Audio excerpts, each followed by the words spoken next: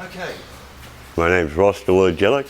I'm 50. I live in the Hikurangi area. My family's been here since 1938. In the Maori area, which is just over the hill here. We actually got a road named after us, Jellick Road. And yeah, so I've got quite a history with Hikurangi.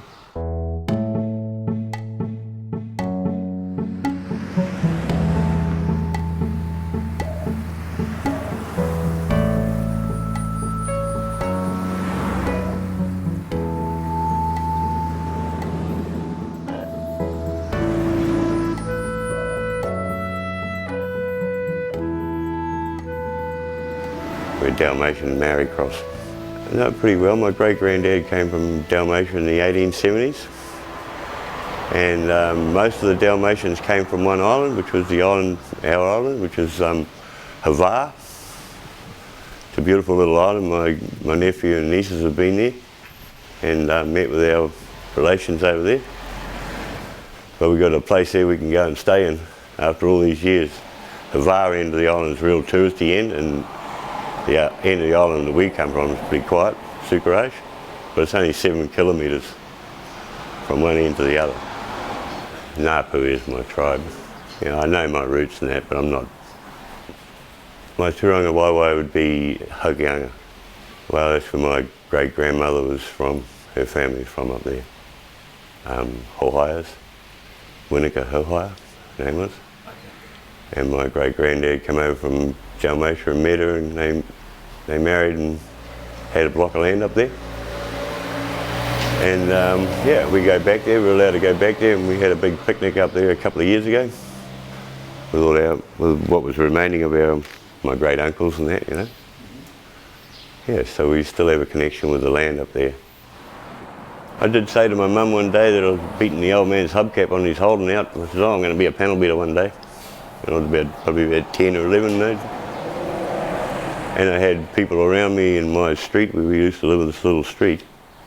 One of them was like he could do things with metal, you know, make pots and tins and stuff like that, real sheet metal work, old time worker.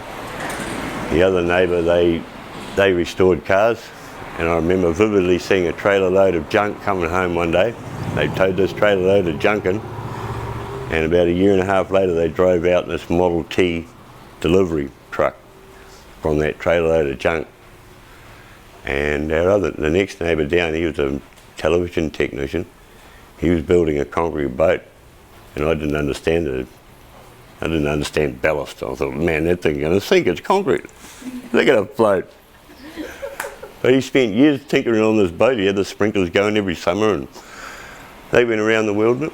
Him and his family went around the wilderness thing. So I had pretty inspirational people around me when I was a young fella, you know. Always had artistic and creative friends. Yeah, anything to do with cars, and started collecting old bicycles. Love bicycles and tricycles. Anything that's old and interesting and got a story, you know. I bought that in a little shop in Whangarei, Belmax it was called. It was like a best second-hand shop to go to in Whangarei, and it had old bikes and that, and I bought that for my girlfriend at the time. We had no car, and she used to ride downtown from Manu, and she'd have the baby on the back there. Josh, his name was. He'd be on the back there, and I was on another bike with a sidecar that I built. Had a sidecar on there, and had the pushchair on there. We'd ride down to town and get our groceries. I used to cycle all around the north, cycle to Kaio and Rawene, all around the place back when I was a young fella. I got 3 sons and a daughter. I had 5 and I lost one in an accident. My first son, I was telling you about there, he died in a car crash. One lives just out in Tauai, which is on the way up north, and my 18-year-old son lives here with me, and my daughter lives with my ex-wife. So they're all around Whangarei. No, this used to be the garage in Hikurangi, BP Garage. Had pumps and that out there for a long time, and it was a stables. It was like 100 years old or something, I think the building is. But it was an old stables and blacksmith shop. And yeah, I moved in about 2 years ago, just renting it. My brother's a car painter. We've got lots of cars. We've got 15 or something cars, American type cars in our family. We could have a car show of our own if they were all going. But this car was out in the rain for 10 years. That's why I cut the roof off. It was all rotten and the floors were all rotten. It's a 38 Plymouth. I've got a V8 in there and everything, Holden front end in it. But I'm making it into a 2-door. Welded the back doors up and made the front doors longer. Just a bit of money, really. Maybe that I didn't get an apprenticeship or something like that when I was young, you know. You know, I'm 50 years old. I don't really have a resume to speak of. Getting a job now is a pretty scary thing for me. Been on a benefit for a long time. It's with the Wānanga and Whangarei, the North Tech. It's a free course that we do. Probably about 2/3 of the way through now. 36 weeks or something. And it's just learning about marketing and how to set up a business and all the things you got to do, you know. It's been quite a challenge, but I've met some new people and learned a few things, you know. Family's number one, children. Wider family, you know, my nephews and nieces. We just had my brother's 60th birthday the other day. Pretty shocking when your brother's 60, man, because you realise you're getting bloody old. Haven't had any blood tests or anything, so I don't really know what's going on inside, but we have heart problems in our family. But I think we're a bit fitter than the old man, you know. You had lard on his bread back in those days, you know, in the 30s and that. You had no butter, you ate lard on your bread. Everything you did was in excess, you know, smoking and... You know, he died a few years back, but he had trouble with his heart. He had a heart attack at 45.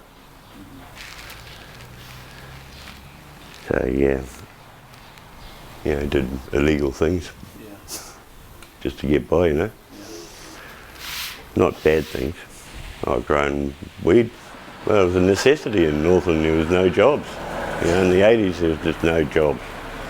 There's one or two, you know, there might be half a dozen places that can pay you a decent wage.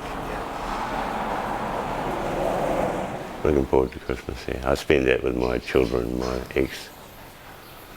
Yeah, we still get along, be able to talk together and hang out together for a day. I'm proud of the way my kids have turned out, considering the things that, you know, we did as a family. And I'm proud of my nephews and nieces.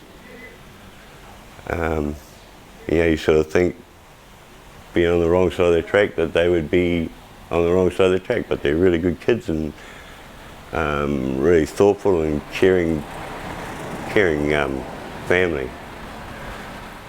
I'm proud of being able to turn my, you know, things, something that looks, that thing there, that Austin there would look pretty plain if it was just a standard Austin, you know. I like changing things around and, yeah. I often think about that. I'd like to be remembered as an honest person, caring person, but sometimes I can be, you know, a bit overly firm. But I'd like to be known as an honest and caring person. You know, I love my family and people, my friends and family, you know. Yeah, mainly that, yeah. It's what you learn after you know it all that counts.